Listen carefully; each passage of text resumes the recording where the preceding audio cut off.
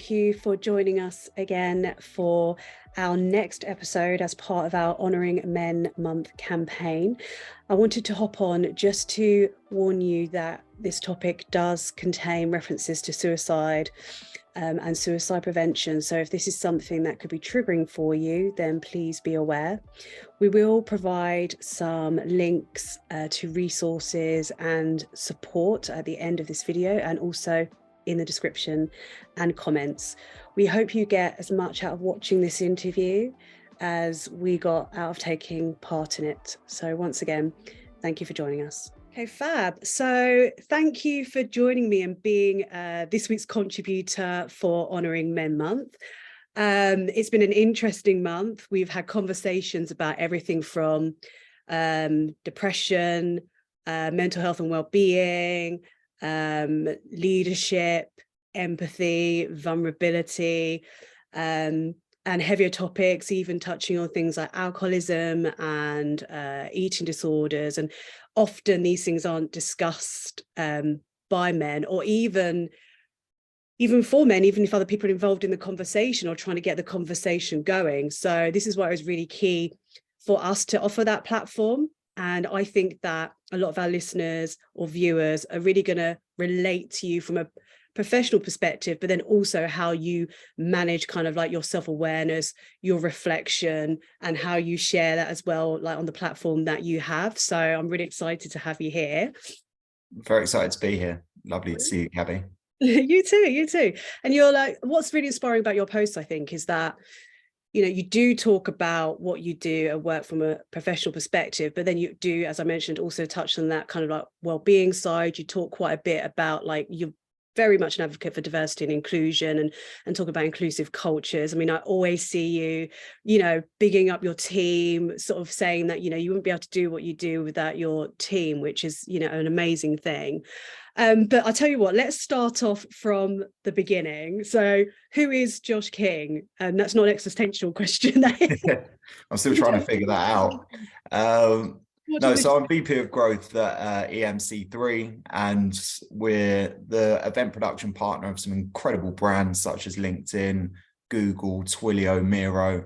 Work globally with lots of exciting clients and have an amazing team that produce some incredible events focusing on strategy, content and creative. Fantastic, thank you. That's your professional side. What about your personal side? And then in terms of my personal side, yeah. Where'd you grow up? Where did you want to be when you were growing up? It's a good question. I actually wanted to go into politics, which is quite an interesting one. So I studied politics for a long time. And then I was doing a master's in charity management, and then sort of fell into events. And as we all do. Yeah, I think it's a very interesting one. I'd say 90% of the people I speak to sort of fell into the events industry. And I think once you get a taste for it, you end up really, really loving it. And, bringing people together, whether it be in a professional sense or personal sense, that's really important to me. So that is, connecting people is a big part of my life. So whether that be through bringing family and friends together by cooking, I absolutely adore cooking. Yeah, nice. Yeah, I'm pretty good at cooking. Oh, yeah. Yeah, much better at cooking than I am at sales. Wow, really? Now that sounds like Michelin star territory then. And then, love to travel. Again, a really big perk of the work that we do, as you know, is get to explore such amazing places, get to interact with such incredible cultures, which you might not get to in other industries. And then, love sport and well-being as well, which I think, even for people that don't consider them sporty, is I think having some kind of output is really, really important. Too much screen time, or even just too much time in an office without an outlet in another space, can be really damaging. So even for those people that don't consider them sporty, I have friends that aren't big into certain sports, but they're big into yoga, for instance, or hiking. All of these things that you can do to just sort of detach are really important to balance, I agree. I think it's so important, and I have to remind myself all the time, because I'm probably like most people, you kind of go through peaks and troughs of like, I'm really on it, I'm in this, I'm mindful, I'm moving my body, I'm really aware of how I'm taking care of myself. And then, especially in our industry, things can tend to take over. And so I'm glad you shared what you do around that to help kind of like mitigate some of the stresses. And as you mentioned, if you're traveling a lot as well, that can really impact your health, and it impacts your routine as well. So how do you manage that? Do you like find the gym as soon as you go abroad? I can imagine I you always did. take my gym kit. Doesn't necessarily I end up using it, but you know, the hope is there. I think it's really important is when we're talking about things like trying to set boundaries, you know, that's a crucial part, particularly with hybrid and remote working on the rise, is it can be really difficult to sort of outline when does work begin and when does it finish, you know. And I think to your point is it takes constant, you know, application of that, and you have to be proactive in setting boundaries, you know, learning to say no, blocking out your diary. We work a lot with the west coast of America or an APAC, so that means that you could literally end up on calls all around the clock. So it's about really managing that and delegating where possible. And I would say on the most part, people are very, very understanding, and don't be afraid to say no. Don't be afraid to put your hand up and ask for help, because unless you do that, it's a one-way ticket to burnout. And sometimes you don't even realize. I think a few years ago, I actually started working with a coach that helped me with a lot of self-awareness, but also putting boundaries in place. So Lauren Cartini, she's done a really, really fantastic job with me. She used to work at LinkedIn and had also gone through burnout herself. And her story is a really, really powerful one. And I think there was a lot of indications which I probably wasn't even aware of, you know, particularly during the pandemic. I feel like lots of events businesses, we were just doing whatever it took to survive. Yeah. And then it's only when you reflect on that that you realize, you know, quite how insidious that is by nature and how dangerous that can be. And I think ultimately it's important to flag that unless you're looking after yourself, you can't look after anyone else around you. Yeah, it's a whole oxygen mask kind of analogy. It's so true. But then how you right? So obviously, congratulations kind of on your promotion.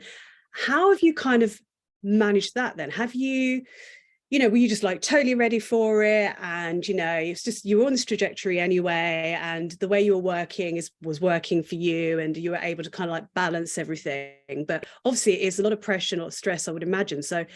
So how have you managed that? And the reason why I'm asking as well is because I saw a really interesting post that you put, and you kind of like quite honest and said like, I'm a bit of an overthinker, I can be a bit of a worrier. So how do you mitigate those kind of habits and feelings when you are kind of in like, really important role with a lot of responsibility? How have you approached that change? I think you just have to be as open and honest as possible, and don't be afraid to ask for help. If you don't know something, be transparent about it. And don't compare yourself to others. This is why I don't really spend much time on social media. I post on LinkedIn, but I don't just talk about the good stuff. I talk about the bad things that happen, the challenges that I'm facing. And I just try to be as authentic as possible there, because social media primarily is just people talking about success, all the good things. No one talks about the failures or the challenges that they've gone through. And I think we need to normalize talking about failure. People see failure as a dirty word, but I wouldn't have got to where I am today. I failed hundreds of times, thousands of times. And what you have to do is learn how to fail quickly, normalize that.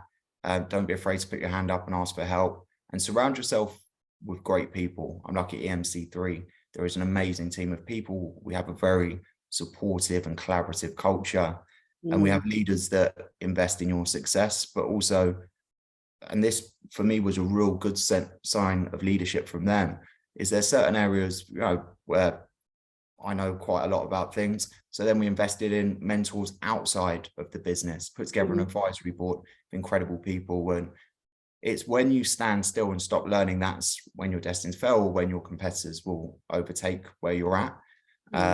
So I would say find yourself a great coach or mentor, because they can help to hold you accountable. They're great for introducing you to people and stuff like that as well. But it's more just about having that sounding board and that open dialogue. And And then I think, the biggest lesson for me really was about balancing my time, and it can't just be work, work, work, which we alluded to earlier, but I'm a massive advocate of like 15-minute meetings, Yeah. making sure that all of the meetings you're attending have a clear agenda, Mm. and you have the minutes from the previous meeting. So that way you can be as effective and impactful with your time as possible. Yeah, I Yeah, did like a post actually on and I've done lots of posts kind of this month, particularly looking at kind of shining a light on challenges that men do face in the workplace and then also in their personal lives. But I did also do a post a little bit about men being mindful of how they interact with women in a house, and their actions can come across sometimes. So whether that is a certain way that you might address a woman or look at a woman, or when you're in a meeting, for example, whether we're allowing women's voices to be heard equally. And somebody commented on that and said, the amount of times I've been in a meeting where somebody, like, generally guys are talking over me, I feel like I can't like share what I want to share. And this is what you said, is having that clear agenda, having that framework and that structure that is kind of the same every single time, so everybody knows what to expect, I think can help mitigate that. Is there any other advice you would give for allowing all voices to kind of be heard within the meeting? So it sounds very simple, but we actually go around and make sure that everyone in our meetings speak. And then we've actually started giving some of the more junior staff like 15 minutes to give reports to us. And they sound very, very simplistic, but what that's done is we've seen their speaking skills, their presentation skills within 6 months be transformative. One of them spoke yesterday in front of the whole team on all hands, and everyone was saying how incredible he was. So that transformation over 6 months is incredible to see. We shoot a lot of videos in the office and we get everyone involved, because we're huge believers in divergent thinking. We have a very diverse team from all different backgrounds, cultures, all around the world. And I think that inspires creativity. And what you need to do is make sure that you're listening to everyone, because ultimately it's not just the loudest voice in the room that has the best ideas. I'd say, 9 times out of 10, it could be one of the quietest people. So how many great, ideas or missed opportunities have come just from 1 or 2 people dominating the meeting? And that's a cultural thing that you just need to ingrain in people. Now, I'm reading a great book at the moment called The Advantage, and it talks about organizational health. And that's about creating a culture of openness and trust. And that has to disseminate from the top down. And that's why I try and post and be as transparent as about the challenges I've faced, whether that be times where I've got my work-life balance wrong, feared of public speaking, which occasionally I still get. Everyone just celebrates the wins, but if you're more authentic, then the team see that, and then you just create this culture where everyone feels open and they trust one another, and they feel they're much more willing to put their ideas forward. So Brené Brown talks about the power of vulnerability. Love and I Brené. don't think, absolutely incredible. We've spoken at a few of our events. And vulnerability inspires creativity and ultimately will make your business better. For me, I say organizational health and company culture are more important even than strategy or creative or the logistics of a business, because without the organizational health and a great culture, your team are ultimately going to be unhappy. And if they're unhappy, they're not going to be turning up as the best version of themselves. They're not going to be motivated, engaged, and ultimately they're not going to provide a great service for your clients. So you just have to look after people, because if you're not looking after the mental health and well-being of your team, they're calling it the Great Resignation now. Quiet quitting. Yeah, exactly. You're right. You're so right. There's a couple of things that reminded me of experiences that I've had actually mentioned. And one was, so I do come from like a performing arts background and dance background. And that meant that we were really encouraged to be very outgoing and very confident, when most of the time, obviously, we weren't. But, you get into a habit of doing that through your training. And I noticed like quite early on that when I sort of moved into more kind of like corporate world, because I've never really been in the corporate world, but you get what I mean, more kind of traditional structures of business or whatever, that I would always feel like I would have to say something in a meeting, when it might not have been valuable, or completely off on a tangent, irrelevant, just because I felt like from my training I had to have my voice heard. So I had to really kind of address how I approached meetings and really work on my listening skills. And now actually I'm a lot quieter in meetings. Sometimes I might only say one thing. Sometimes I'm on a panel, for example, and I'm really listening to what the speakers are saying. I'm not thinking about what I'm going to say next or what I've prepared to say. And if I've got not got anything of value to add to what somebody else has said, or it's not the time or moment for me to bring up what I want to discuss, I won't. But some people take that sometimes, I think, as, oh, Gabby, you haven't said anything, or or she doesn't want to share, or she's lacking in confidence or something like that. But it's more to do with, no, I'm learning to listen and only contribute when I need to contribute. And if that means I speak a lot, great. If that means I'm listening and I only maybe add 1 or 2 nuggets, it is what it is. So I think also we need to be mindful of, like, as much as we encourage people to speak in meetings, you do need the listeners as well. We need a good balance of both of those skills. And then the other thing was, I love the fact that, and I would have hated this, I think, if in my first kind of, like, office job, I'd been asked to do this, I would have been crapping myself, like kind of being encouraged to speak in meeting. I would have found that really hard. But now, reflecting back, getting that out of the way and done early doors in the beginning of your career when you're young is an absolute game changer, I think. So I love that you do that at EMC3, Anyway, that was my piece. No, I love that. And I think one of the things that we've made accessible as well is like speaker coaching, presentation training. And we have a couple of people that really don't like presenting on pitches and stuff. So of course they don't have to do that. But what I do want to create is an internal culture where everyone feels comfortable and confident to speak in front of the team, because they're your peers, and that's how we're going to get better as a business, and everyone has something valuable to input. And it's just about inspiring that culture, that connectivity, and that collaboration. Yeah. I mean, you really credit Alistair Graham for, like, kind of always supporting you, believing in you, helping to kind of create that culture and that space as well, I guess, for you to grow and flourish, and I guess have that freedom. Do you think that, and I guess we should be talking about him if he's not here to input, but I was going to say, do you think this is something that he's cultivated, a skill, or do you think this is something that comes naturally for him as a leader? And if it does come naturally, what pieces would you take of what he does into something that other people could kind of maybe perhaps use as a tool to create that kind of, supporting your workers and creating that culture? I'd say that Alistair Graham's the most empathetic leader that I've ever met. And that is by design. He's invested lots and lots of his own time reading books. So HubSpot, one of our clients, way back in 2012, released their culture code. And that was about how they developed their incredible culture, scaled from, less than 100 employees to the thousands that they have today. And they put it all down to the company culture. And as a part of that organizational health, they are the 2 cores of that foundation. And it's an interesting one, because I see lots of businesses even talk about posting on LinkedIn, for instance. They're like, I don't want to do it because, if my top employees are posting on LinkedIn, someone's going to try and poach them. But for me, if you've created a great culture, one where there's recognition and you feel like you're being appreciated for what you bring to the table, you're being listened to, then they will stay. And the risk is, what if you don't invest in those people? Then they're going to leave anyway. So yeah, and I think Alistair has always been a huge advocate of that. I think, to your point, Gabby, he's probably the best listener I've ever met, and he spends time with everyone every week, whether it's 5-10 minutes, just checking in.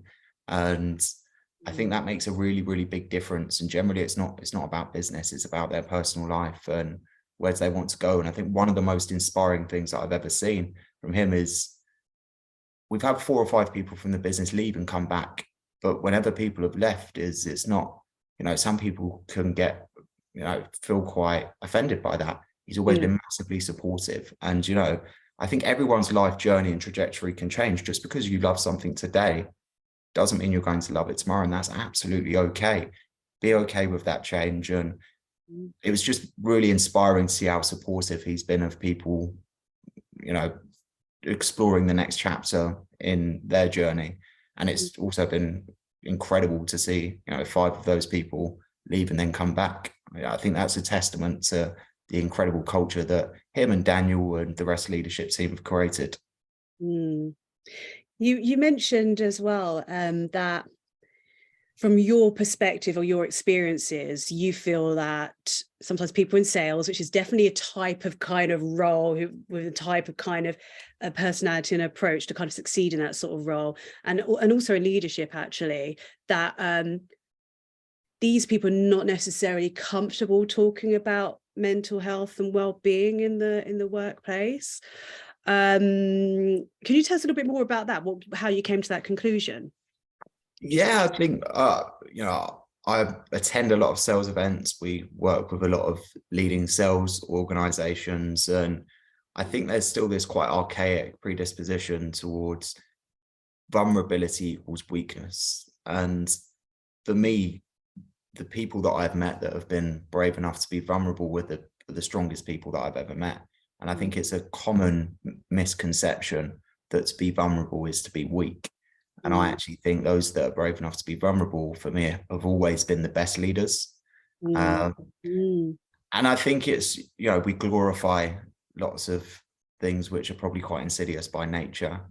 Films like Wolf of Wall Street, for instance. And it's that work hard, play hard culture which everyone drills in is amazing. And it should be, I feel like we have a culture which has been ingrained in us and perpetuated by the media, which is always to chase the next thing, never to settle. And I think there's a really interesting podcast with Mo Godat and Stephen Bartlett where he talks about the happiness equation. Yeah. And this is something that I've tried to do a lot in recent years, is practice gratitude. And what that means is enjoy the journey and appreciate that certain things are out of your control. And it's when our expectations exceed what reality is that we become unhappy. And you can practice gratitude, and it's all about your mental state and approach, and you can take a very, very proactive approach to it. But I think there's just this sort of culture that's being ingrained, perpetuated by the media, where it's always trying to attain the unattainable. You even look at images, they've all been photoshopped and edited, so you're trying to achieve bodies which don't exist. You're seeing, you see like, come and download my ebook and I'll give you the 5 tips that will make you $1 million this month. And the 15-minute abs, the $10 million LinkedIn message. Look, these things for me are a fallacy, and they're quite disingenuous. And I think because we're chasing that, people, align more closely with that than being authentic. And I think as leaders, what we need to do is actually focus on that, and also realize that not everyone wants to earn $1 million, 100 million. Some people just want to be in their role and be an incredible designer, or some people are happy, just being a manager. That not everyone wants to be part of the C-suite. And just because you want something within yourself doesn't mean that that's what everyone within the business wants. And that takes, to our point earlier, listening, understanding, flexibility. And some people might want to work on a side hustle, for instance. And I think just in the culture at the moment, it's all being driven one way, which is saying money, money, money. And I think it should be the opposite, and figure out what you want. And otherwise it's quite a sad way of living, I think. So I think, we have leaders and salespeople that all think that everyone thinks like them, and it's very money orientated, goal orientated. Ambition. Yes.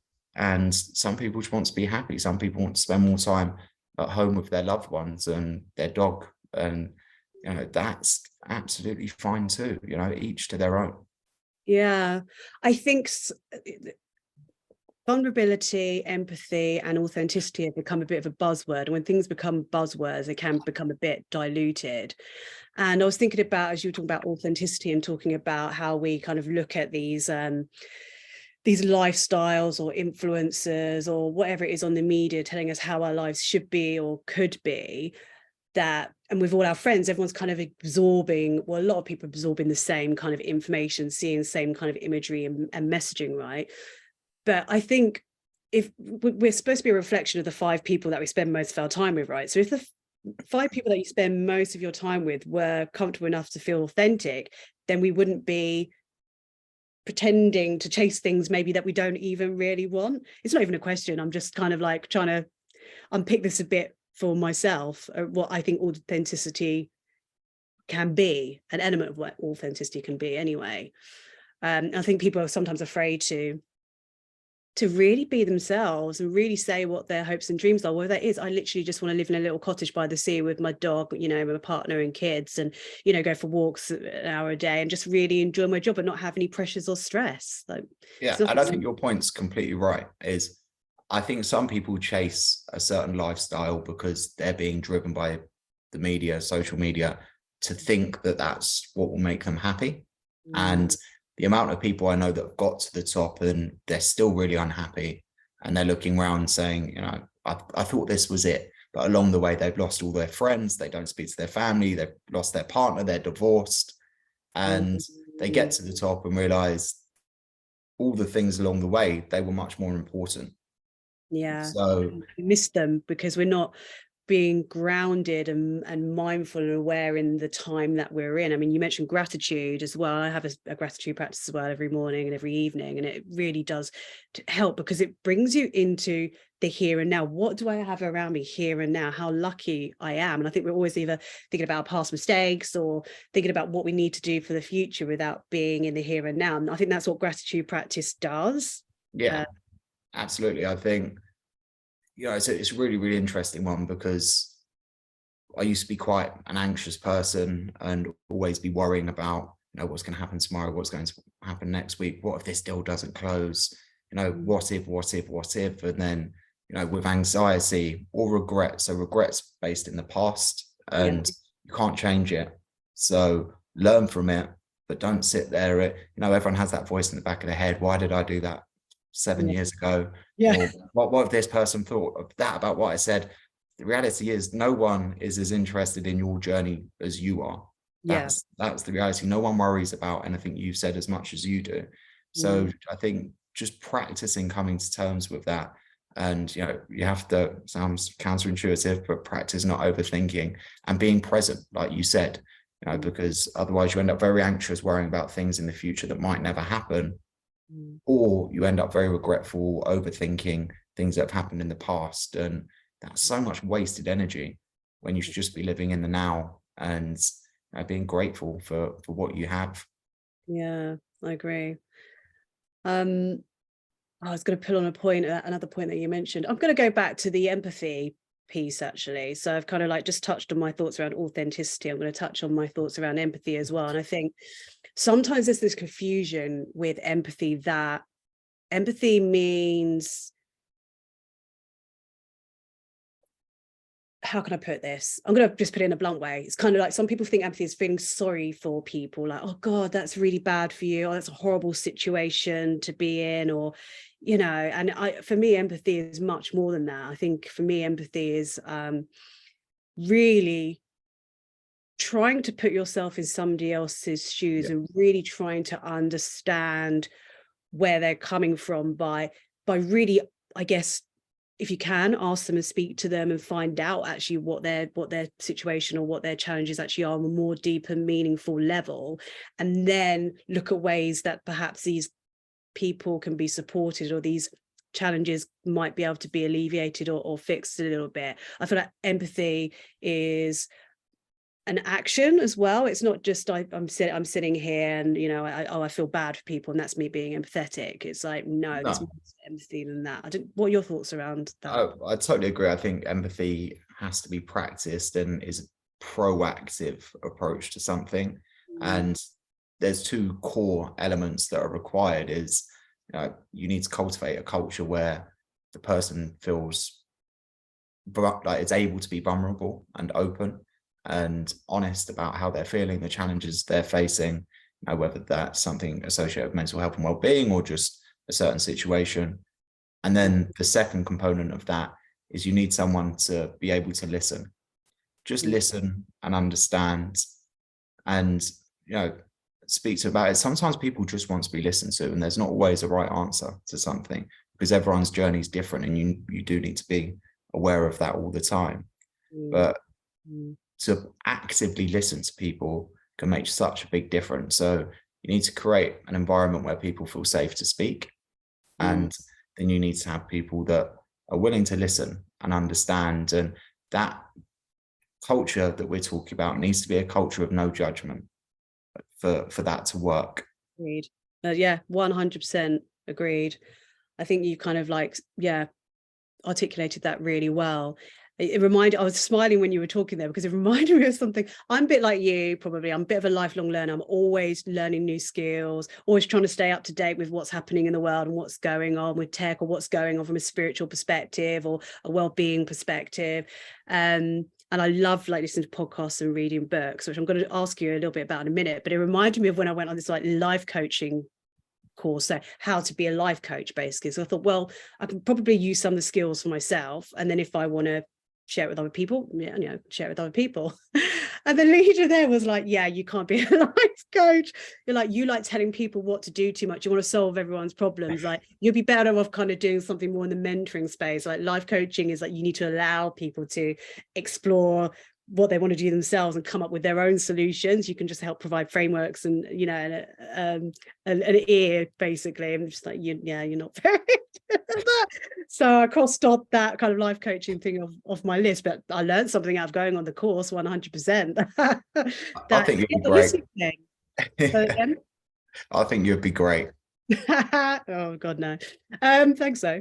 And then going on to podcasts, I'm a massive podcast person. So when I get up in the morning, do my meditation, my gratitude, and then I stick on a podcast while I kind of like go and get ready and everything.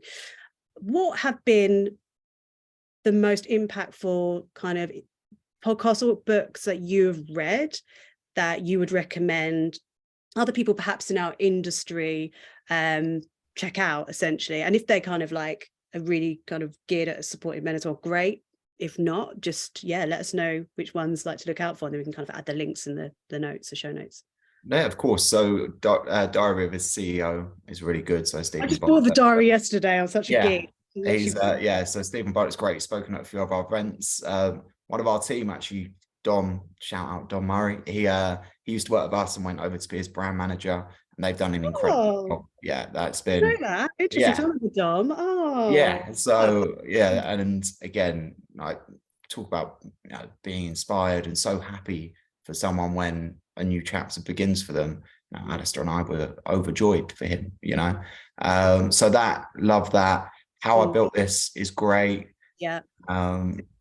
And then in terms of books, so I'm not sure if you know Eat That Frog by Brian Tracy. So for me, that was transformative to my career in terms of productivity. Tackling your biggest task at the beginning of the day, that sense of achievement, really, really great. And there's some of the most incredible tips around productivity in that book that I've ever seen. The Advantage, which I'm currently reading, around organizational health, incredible. Then there's a book called Contagious by Jonah Berger, and that's why things catch on, and essentially why people connect with stuff. A lot of these books and podcasts are actually focused around psychology, and I think as people that work in the events industry, it's really what we do is bring people together to connect them, and the foundations of that are very much driven by psychology, and it's all communications. So I think that's why I tend to love a lot of books or speakers that speak around psychology. Daniel Pink, if anyone's heard him speak, absolutely incredible. Actually, what does he speak about? So psychology and sort of frameworks of how to sell to people and to connect with people. And I think the fundamentals that you can learn from the way that psychologists frame things, you can definitely apply those to events. And it makes such a big difference if we understand human behavior and why things catch on and why things resonate. And I think a big part of that is what we talked about earlier, which is listening. The way that we design events is a lot of crowdsourcing of content. That could be pre-event surveys or studying what's happening in the industry. So audience analysis, competitor analysis, and then finding niches, focus on solving problems rather than selling to people. Focus on solving, not selling, is such a big thing when creating events. And then inspiring emotions. And that's the best way to differentiate your brand. If you can inspire people and make them feel an attachment, then ultimately, you know, you're onto a winner. I love that. So with my kind of like EDI work, I've been looking at a lot lately what other industries are doing, because it's still quite a challenge for many industries, not just the events industry, but obviously my focus is the events industry. So I've been looking outside quite a lot. Do you think as an industry we look outside enough, not just with regards to, say, company culture or diversity and inclusion and accessibility, but even when we're creating ideas for really, I guess, spurring on those relationships, really kind of inspiring people, educating people, all those things that we can do? Because as you mentioned, human behavior is a big thing, and events can really influence human behavior. But are we in our own like echo chamber, or do we go out of ourselves and out of the industry enough to take inspiration from there? I think definitely not enough. That journey has started, absolutely, and that's great to see. And I think a part of that is sort of a product of the pandemic. So we had to become more creative by nature. Of course, the pandemic accelerated the digital transformation across our industry and many industries, which meant we had to look elsewhere. So what digital platforms were available to enable us to connect with people. So now people are looking at metaversal solutions, but I think it needs to get much broader than that. You know, we should take influences from music and, you know, food, and they're all different industries have something incredible to offer. And when designing experiences, it's so much more than just a destination or just a venue or just your content. It's an amalgamation of all of those things. So the more that we can listen and learn from different industries and take inspiration, the better the experiences that we'll be able to create. I think it's because partially driven by such a fast-paced culture in the events industry. And I've been trying to sort of eradicate that way of thinking from our team, because I do think by its nature, the idea of a work hard, play hard culture is quite dangerous. And I've never been an advocate of, you know, working in a job where it comes to Friday and then you spend Friday to Sunday drunk because you're not really enjoying your job. And no, if that's the way that your life is, I would strongly recommend exploring another career. You know, you should. The biggest part of your life is going to be that journey. It's mostly not going to be holidays, cocktails on a beach. You know, so learning to love your journey, and that's the day to day, is so important. Otherwise, ultimately, you're wasting your life. So if you're in a role where ultimately you don't enjoy it and you feel the need to go out and drink Friday to Monday or Friday to Sunday, you need to look to explore something else. Interesting. I think the sort of work hard, play hard culture, which has been normalized in the events industry, in this fast-paced culture, can actually be quite damaging, and people just get so caught up in producing so many events that they don't think about them strategically, and then ultimately the experience that they're designing aren't as good as they could possibly be. Yeah, and then also the churn rate as well, like people coming, going, leaving, and all that sort of stuff. You know, we want to ideally try and reduce that as well, I guess. Yeah.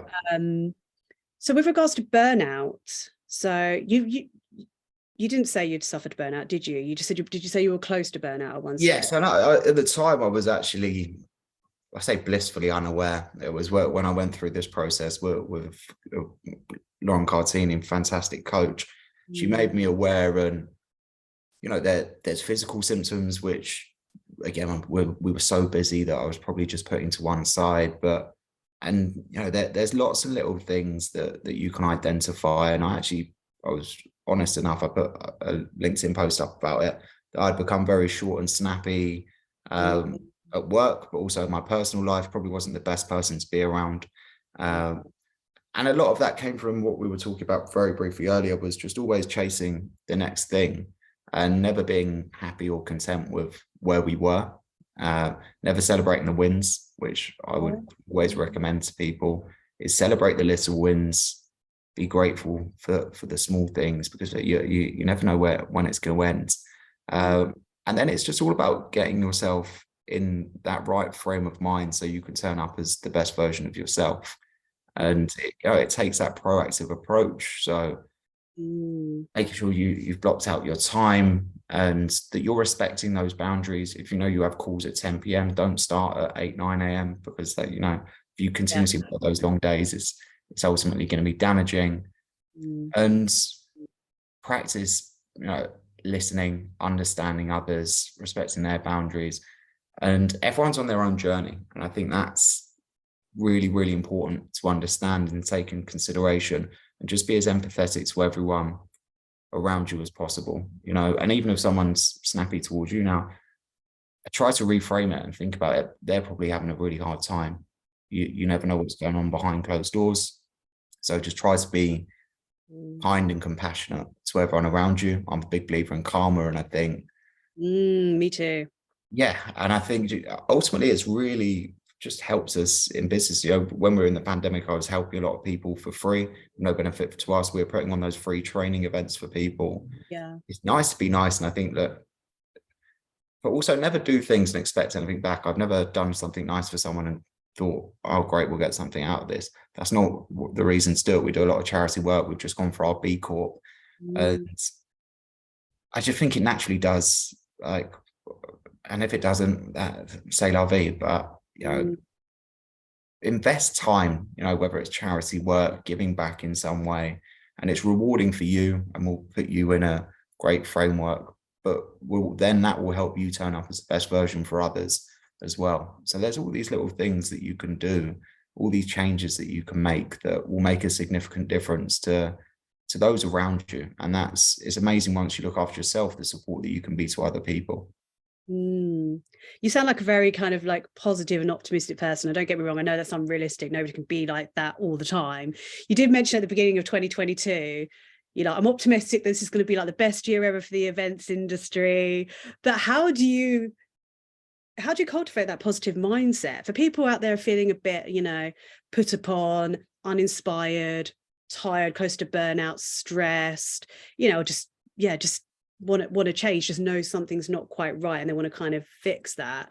Do you think it starts with mindset, and then what can people do to improve their kind of, you know, their mindset essentially? So No, I think it's a great question. I would listen to what Mo Gawdat says about the happiness equation, and that is a choice. Happiness is ultimately a choice, and the way that we respond to stuff. Of course, you're going to have that instant reaction, human nature. Like if something bad happens, oh, that's annoying.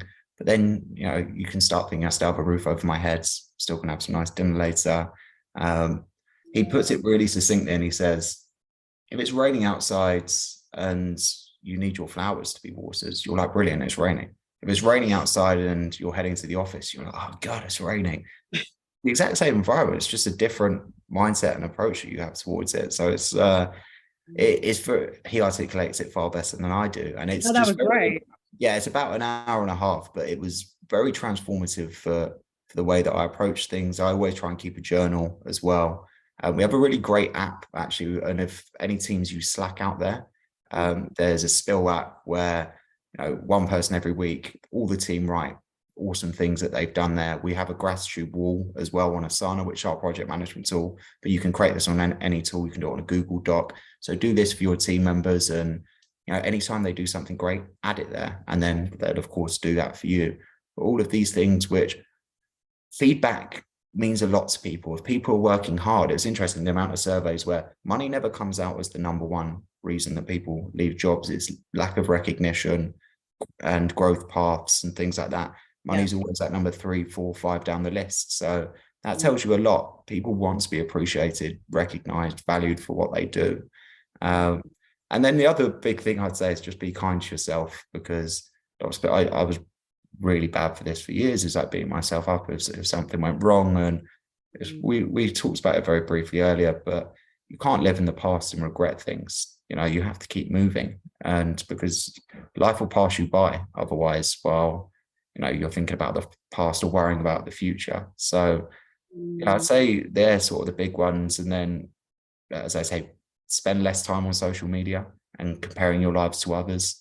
that nothing good ever comes from comparing your life to others, you know.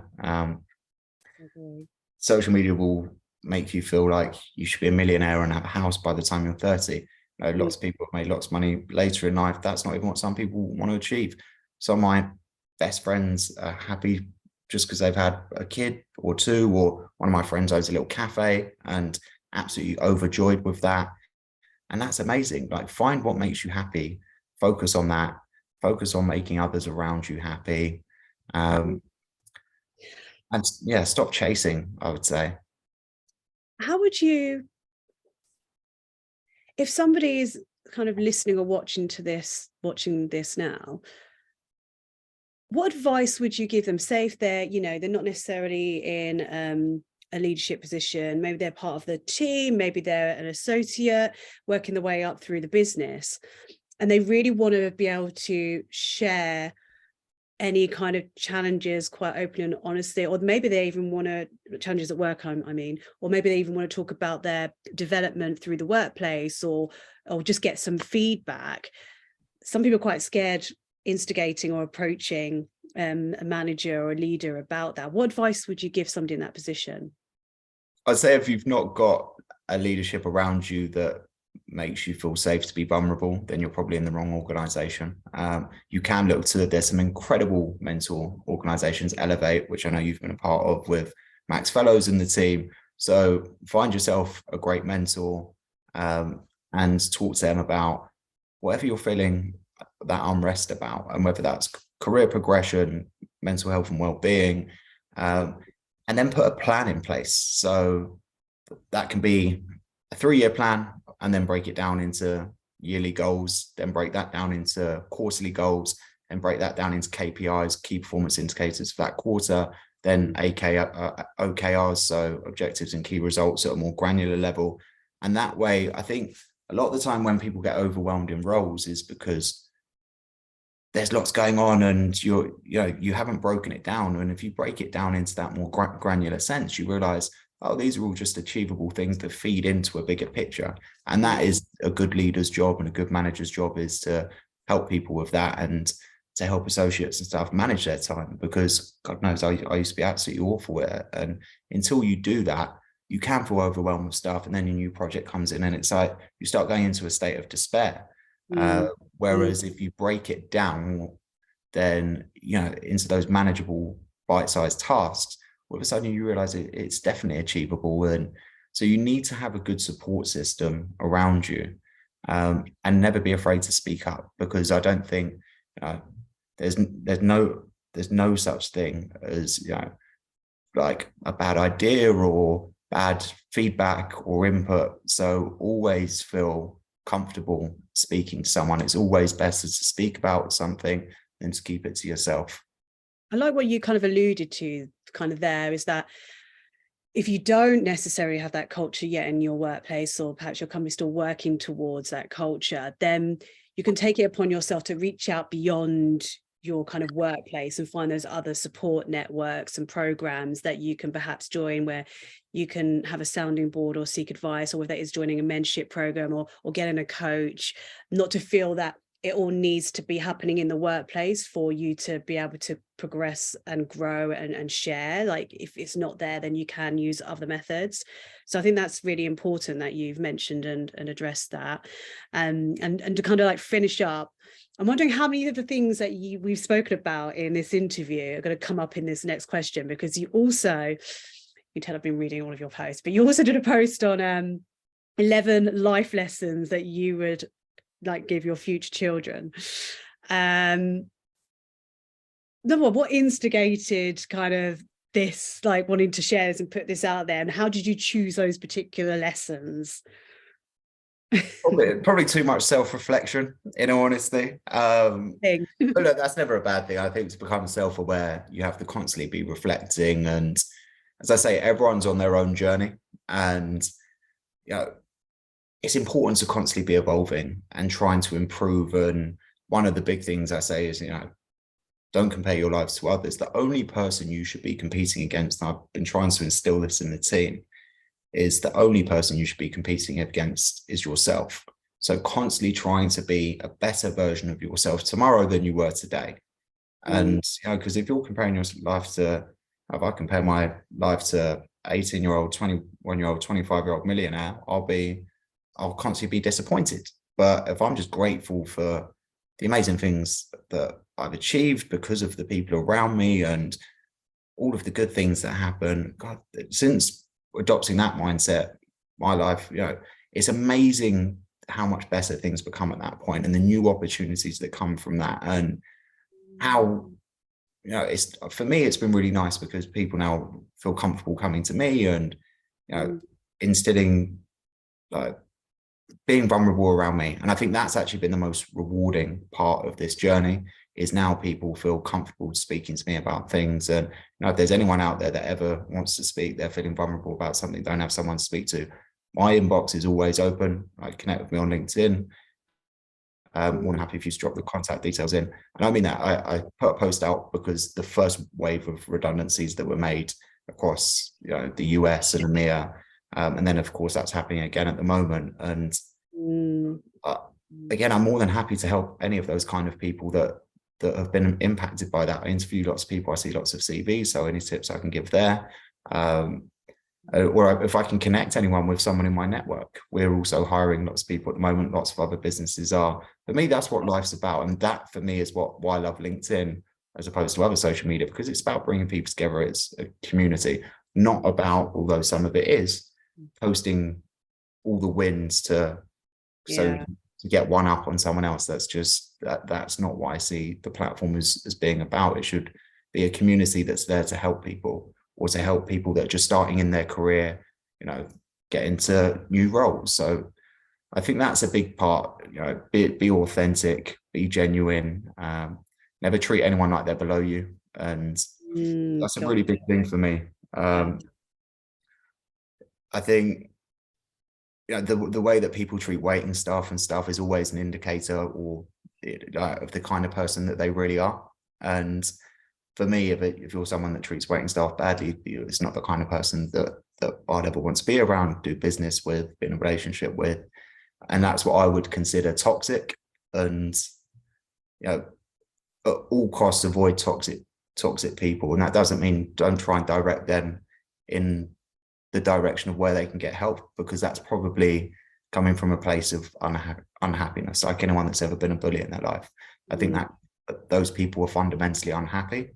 So I would say, but cut those people out, whether it's a toxic business that you're working in, toxic relationship, toxic friendship, toxic family member, even, cut them out, try and get them help, but don't have them around you, because as you said, Gabby, quite rightly, you're almost a product and showcase of the 5 people that you spend the most time with.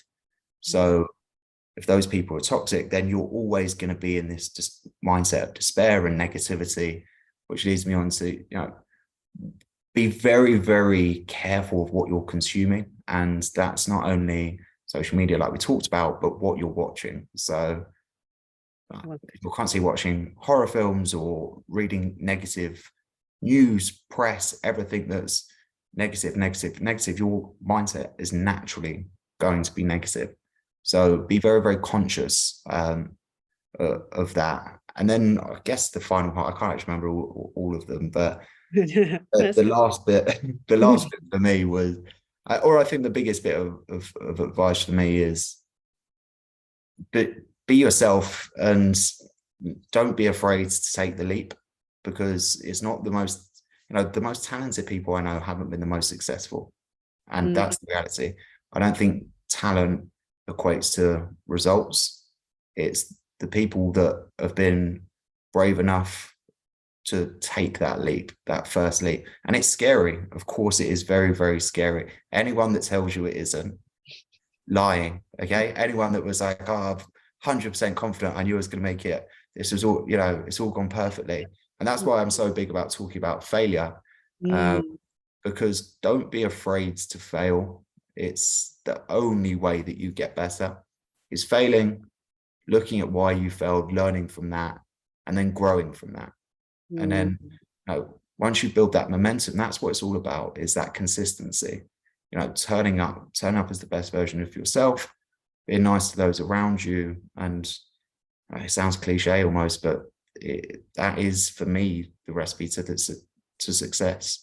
Yeah, and it's not about perfection. I think sometimes we feel like we can't do something until we're perfect at it. So as you mentioned, it is just about showing up, being yourself, treating people how you would like to be treated. And this is why I also love, like, just finishing up listening to, I listen to a lot of podcasts, but particularly like Diary of a CEO, because all these people are kind of at the top of their game, the top of their fields, and you hear the journey that they've been through and the challenges they had, whether that is, you know, a challenging childhood or challenges in business and all those failures. And I just think it makes you realize, like, we're all humans, we're not perfect. It's not to do with luck or that person just got lucky. Okay, there's elements of luck in everything, of course there is, but I think that's such a powerful and empowering story to hear, is to learn from those people who have made it, what their journey was really like, and how, like, that helps put perspective on things, I think, and makes you realize actually things are achievable for me. And, you know, as long as I keep moving forward, trying to be the best version of myself and keep on learning and growing, then, you know, whatever my end goal is, it is achievable, you know. And they've all, you know, you listen to all of them, they've all asked for help along the way at some point. So asking for help is not a weakness. The strongest people I know ask for help. Now, asking for help and being brave enough to ask for help is a strength. And that is one of the biggest misconceptions, I think. That's a beautiful way to end. Ask for help. I love that. Well, thank you so much, Josh, for joining me. It's been a wonderful conversation. Thank you for your time. Thanks very much. Lovely catching up, Gabby. See you soon. See you soon.